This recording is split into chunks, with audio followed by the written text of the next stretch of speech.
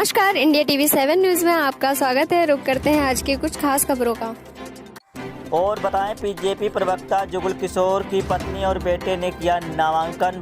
बड़ी खबर है मितौली से, जहां पर बीजेपी प्रवक्ता मितौली खीरी बीजेपी प्रदेश प्रवक्ता जुगल किशोर की पत्नी ने मितौली चतुर्थ से साथ ही मितौली प्रथम से गौरव सिंह सोनू ने भी निर्दलीय नामांकन दाखिल किया, जिससे क्षेत्र की जनता तरह तरह की बातें कर रही है। क्या कारण हो रहा है? बीजेपी से सपोर्ट न मिलने के चलते निर्दलीय चुनाव लड़ने का मन बनाया है। आपको बता दें कि जनता में काफ़ी हलचल का माहौल देखने को मिला है। हमारे संवाददाता की खास रिपोर्ट।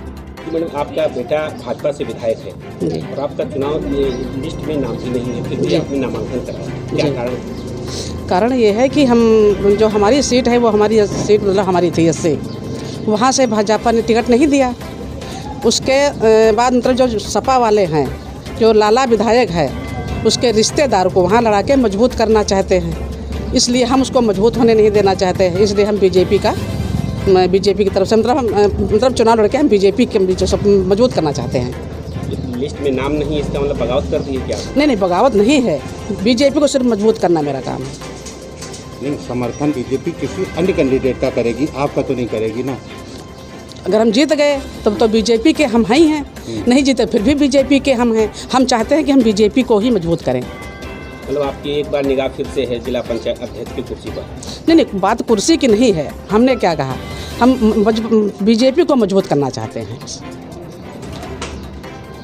आपने आज आपकी पत्नी ने आज नामांकन कराया है, जब भाजपा की लिस्ट में उनका नाम नहीं है, क्या है कारण?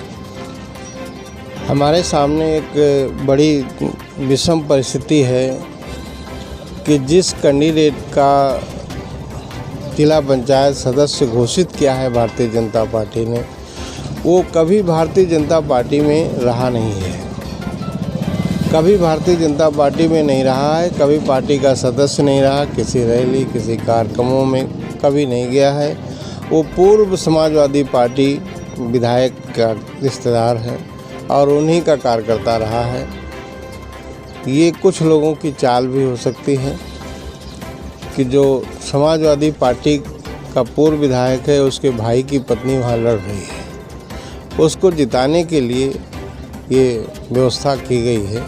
इसलिए हम भारतीय जनता पार्टी ही जीते, भारतीय जनता पार्टी का परचम लहराए, क्योंकि आगे 7-8 महीने के बाद चुनाव होने वाला है, उस पर कोई कमजोरी ना आने पाए, समाजवादी पार्टी मजबूत ना हो, इसलिए हमने कैंडिडेट को उतारा है। और उतार करके भारतीय जनता जीतने के बाद भारतीय जनता पार्टी में वो आज भी हैं, कल भी रहेंगी और जीतने के बाद भी रहेंगी। तो प्रदेश लिस्ट जो फाइनल कर रहा है भाजपा की, आप भाजपा प्रवक्ता भी हैं जी, प्रदेश से लिस्ट फाइनल हुई, उसमें नाम नहीं है, उसके बाद आपने किया भारतीय बगावत कर दी है क्या? नहीं, मैं कोई बगावत नहीं, मैं भारतीय जनता पार्टी का हूँ, रहूँगा।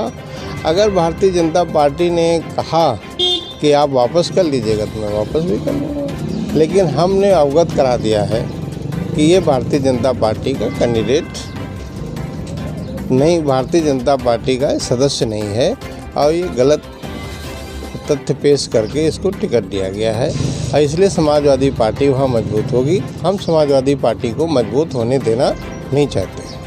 तो क्या